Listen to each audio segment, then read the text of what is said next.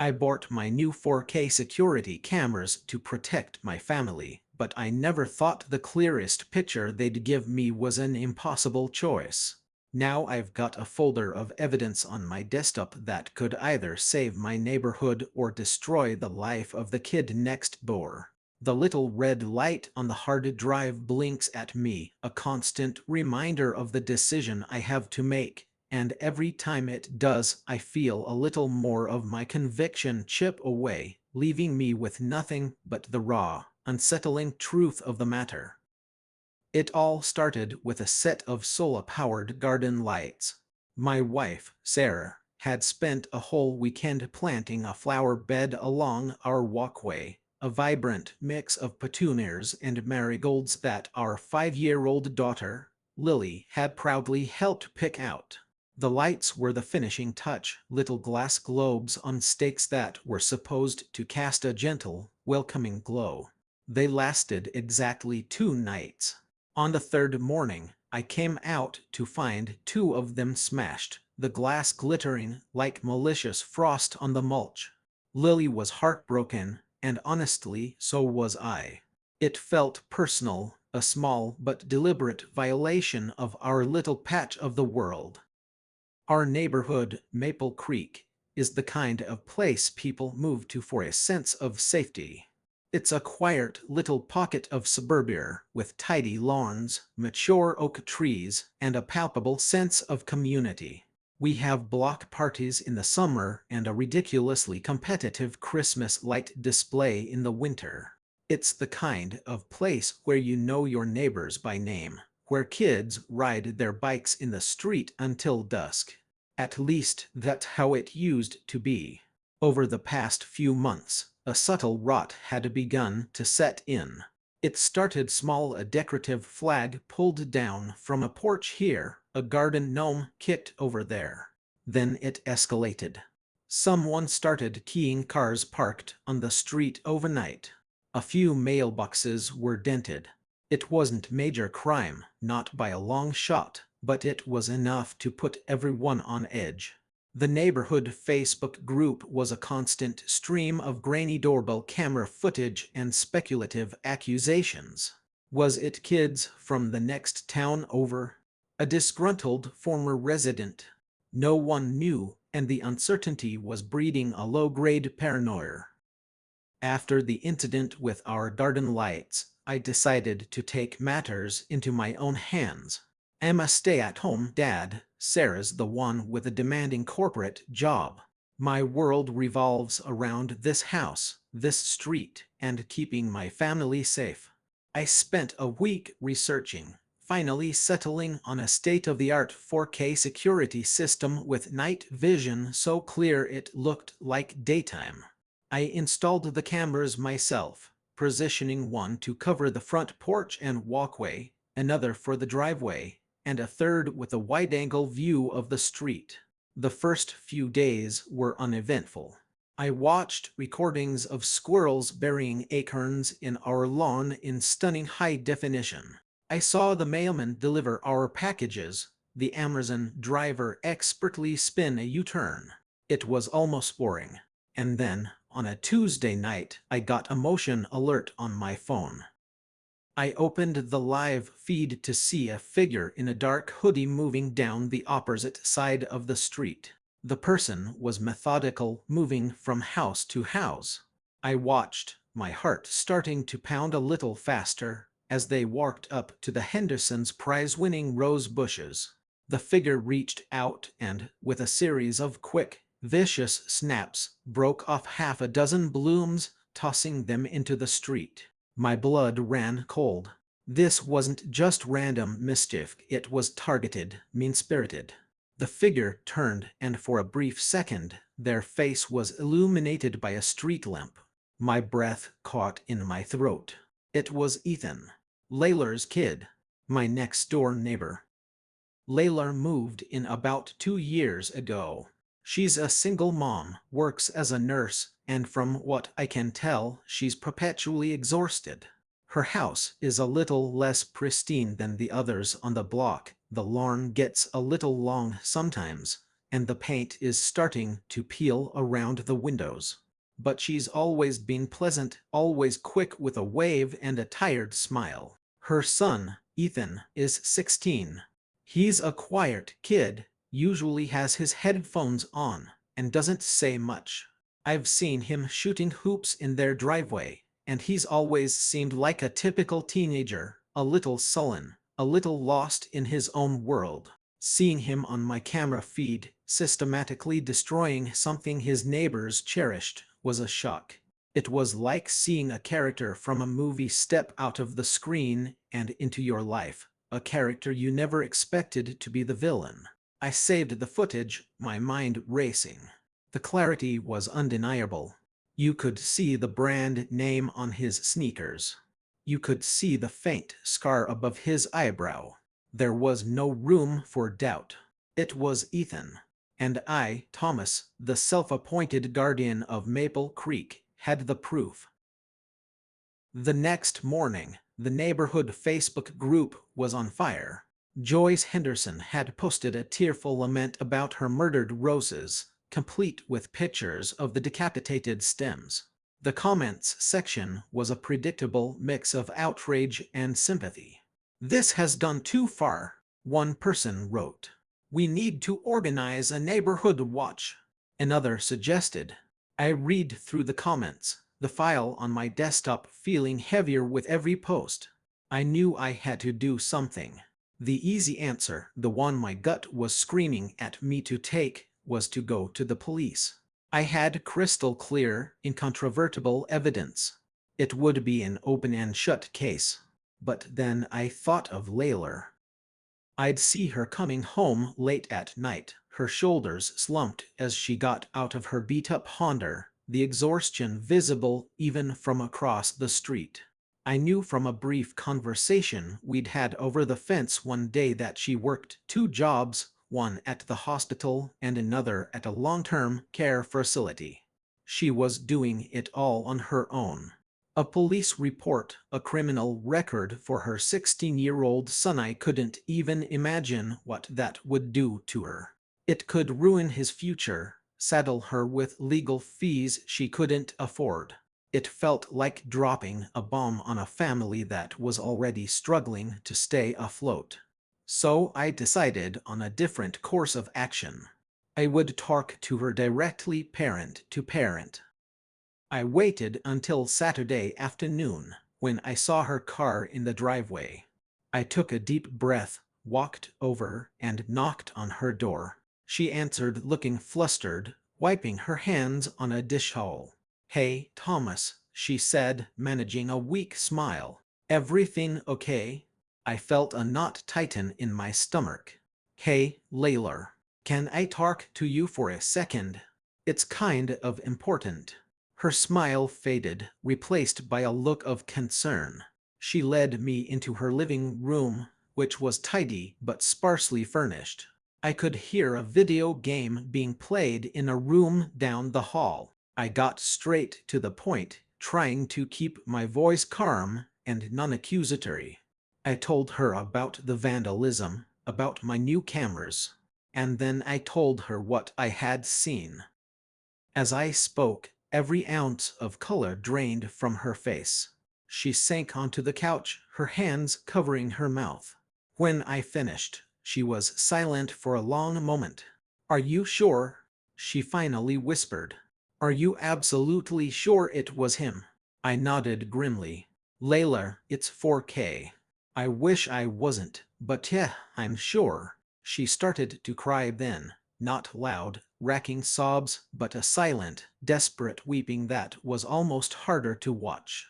"I don't know what to do," she said, her voice thick with despair. "His father took off when he was 10. It's just been me. I'm working all the time, just to keep our heads above water. I know he's been angry, but I never thought he would do something like this." She looked at me, her eyes pleading. "Please, Thomas, don't go to the police. A record, it would destroy him. He's a good kid, he's just lost. Please give me a chance to handle it. I'll talk to him." I'll make him pay for the damages. I promise. I will handle it. Against my better judgment, I agreed. I looked at this overwhelmed, heartbroken mother, and I saw a reflection of my own fears. What if it were Lily years from now, making a terrible mistake? Wouldn't I want someone to give her a second chance? I left her house feeling deeply conflicted, but hopeful that I had done the right thing. For a week, it seemed like I had. The neighborhood was quiet. There were no new incidents. I started to relax, thinking that Layla's intervention had worked. And then, one morning, Mr. Gable, who lives 3 houses down, came out to find all 4 of his tires slashed. My cameras had caught it all. It happened at 2 a.m. The footage was chillingly clear. It was Ethan, dressed in the same dark hoodie, methodically plunging a knife into each tire. This was a significant escalation. This wasn't just petty vandalism anymore. This was hundreds of dollars in damage, a direct and aggressive act. My agreement with Layla lay in tatters. She had promised to handle it, and she hadn't. Or she couldn't. I saved the new file to my hard drive, right next to the video of the roses.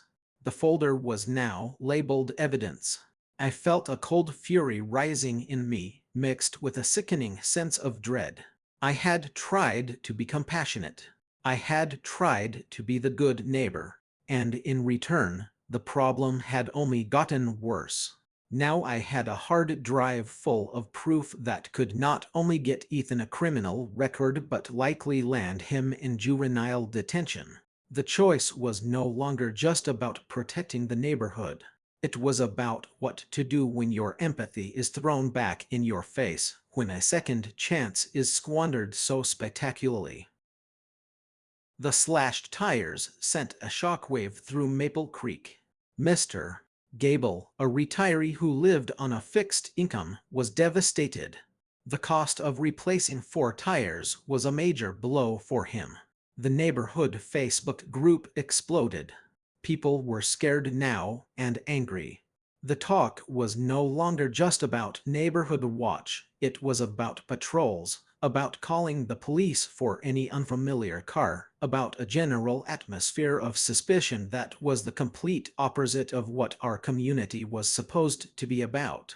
My silence felt like a lead weight in my gut. Every outraged comment, every post demanding action, felt like a personal indictment. I had the answer. I was sitting on it, and I was doing nothing. I decided to give Layla one last chance. I didn't even bother knocking this time. I saw her getting groceries out of her car and marched right over, my jaw clenched. Layla, we need to talk. Now, she saw the look on my face and her shoulders slumped in defeat. We stood there in her driveway, between her rusting Honda and my perfectly manicured lawn, a physical representation of the chasm between our lives. Mr. Gable's tires, Layla. I saw it. I have it all on video. She wouldn't meet my eyes. She just stared at a crack in the pavement. I talked to him, she said, her voice barely a whisper. I grounded him. I took his phone, his computer. I don't know what else to do, Thomas. I can't chain him to his bed. When I'm at work, he's on his own. What am I supposed to do? Quit my job? That's not my problem. I snapped, my voice louder than I intended. My problem is a 16-year-old kid is terrorizing our street, and I have a 5-year-old daughter who is starting to get scared. My problem is that I gave you my word I wouldn't go to the cops, and in return, he escalated. This isn't about broken roses anymore. This is serious. I know. She fired back, her own frustration boiling over. Don't you think I know that? Don't you think I lie awake at night terrified of the man he's becoming? I'm doing the best I can. We stood there, glaring at each other. Two parents on opposite sides of a war we were both losing. There was nothing left to say. I turned and walked away, the conversation unresolved, the air thick with anger and despair. That night, I started compiling the evidence. I created a timeline, linking each video file to a specific incident and date. The roses, the keyed car across the street, the dented mailboxes, the slashed tires. Seeing it all laid out, one incident after another painted a terrifying picture of escalation. Ethan wasn't just a troubled kid acting out, he was getting bolder, more destructive. What was next? A broken window, a fire. The thought sent a chill down my spine. As I was working, my wife Sarah came into my office. She put a hand on my shoulder. "You've been staring at that screen for hours," she said softly. "What's going on, Tom?" I finally broke down and told her everything. I showed her the videos. I told her about my conversations with Layla, my promise, my guilt. She listened patiently, her expression growing more and more concerned. When I was done, she was quiet for a long time. "I understand why you didn't want to go to the police," she said finally. "I really do. My heart breaks for Layla. But Thomas, this has gone too far. This isn't just about protecting our property anymore. This is about protecting our community. And honestly, it's about protecting Ethan from himself. He's on a dangerous path. Maybe this is the wake-up call he needs." She was right. I knew she was right. But the thought of making that call, of setting those wheels in motion, still felt like a betrayal. The final straw came 2 nights later. It was almost 3 a.m., and I couldn't sleep. I was sitting in the dark, watching the live feeds on my monitor, when I saw him. Ethan. He was creeping along the side of his own house, a can of spray paint in his hand.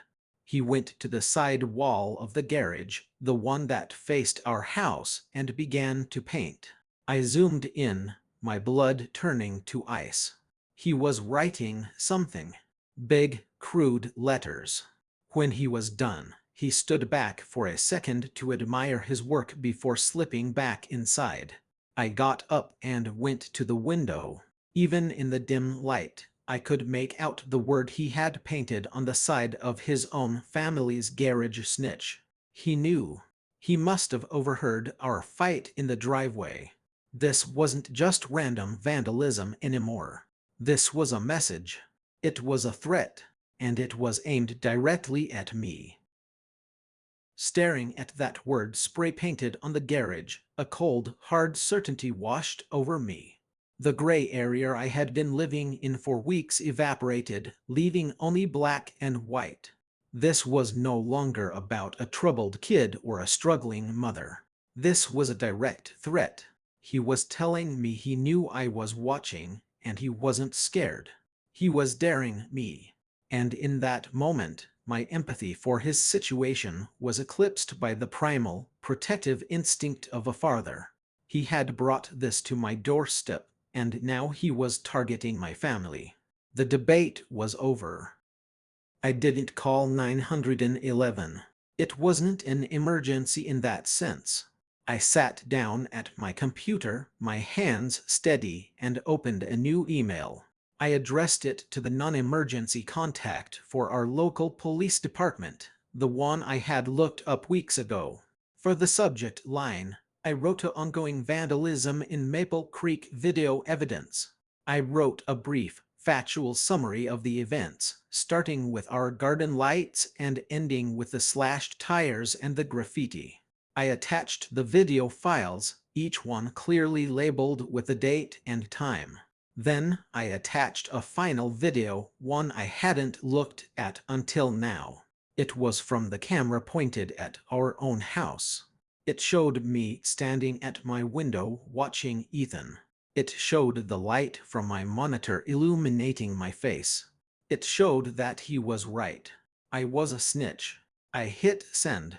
There was a quiet whoosh as the email left my outbox, and in the silence of my office, it sounded like a gunshot. I felt no relief, no satisfaction, just a profound, hollow sadness. The next afternoon, a police car pulled up in front of Layla's house. I watched from my window, hidden behind the curtains like a coward. Two officers got out and knocked on the door. Layla answered, and even from across the street, I could see the moment she understood why they were there. Her entire body seemed to crumble.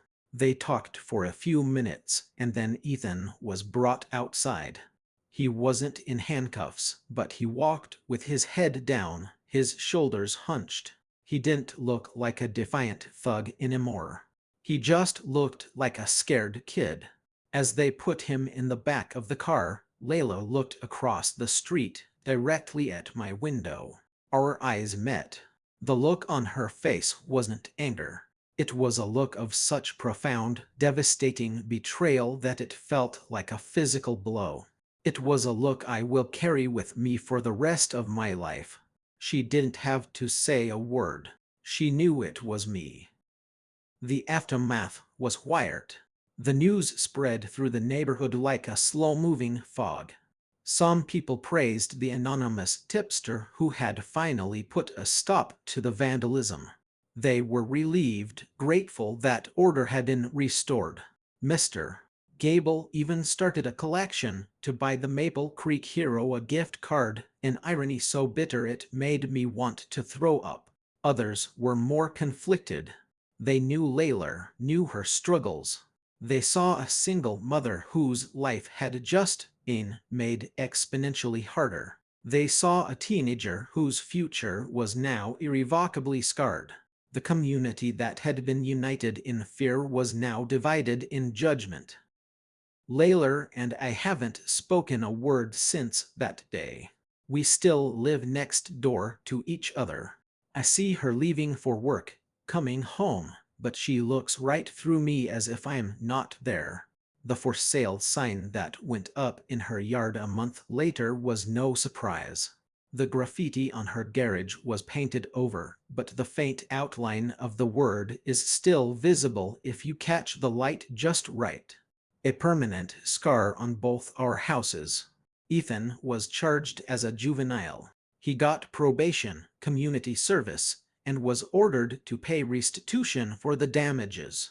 It's not the life-destroying sentence I had feared, but it's a record. It's a label that will follow him. Did I save him from a worse path, or did I just shove him onto a different one that's harder to come back from? I still ask myself that question every day. I sit here in my quiet office, the security camera feeds playing on my monitor, showing me a peaceful, orderly street. There's no more vandalism in Maple Creek. The neighborhood feels safe again. I won. I protected my family, my home, my community. But every time I see Layla's car pull out of her driveway, every time I see that faint outline on her garage wall, I don't feel like a hero. I feel like a man who took an impossible situation and made a choice. And I have to live with the fact that in trying to save my neighborhood, I may have destroyed a part of it. So, you tell me, did I do the right thing? Or am I just the guy who hid behind his cameras and ruined a kid's life because I was too afraid to find another way? Thanks for tuning in. If you enjoyed this story, make sure to subscribe and give this video a like. We appreciate everyone and can't wait to bring more stories your way.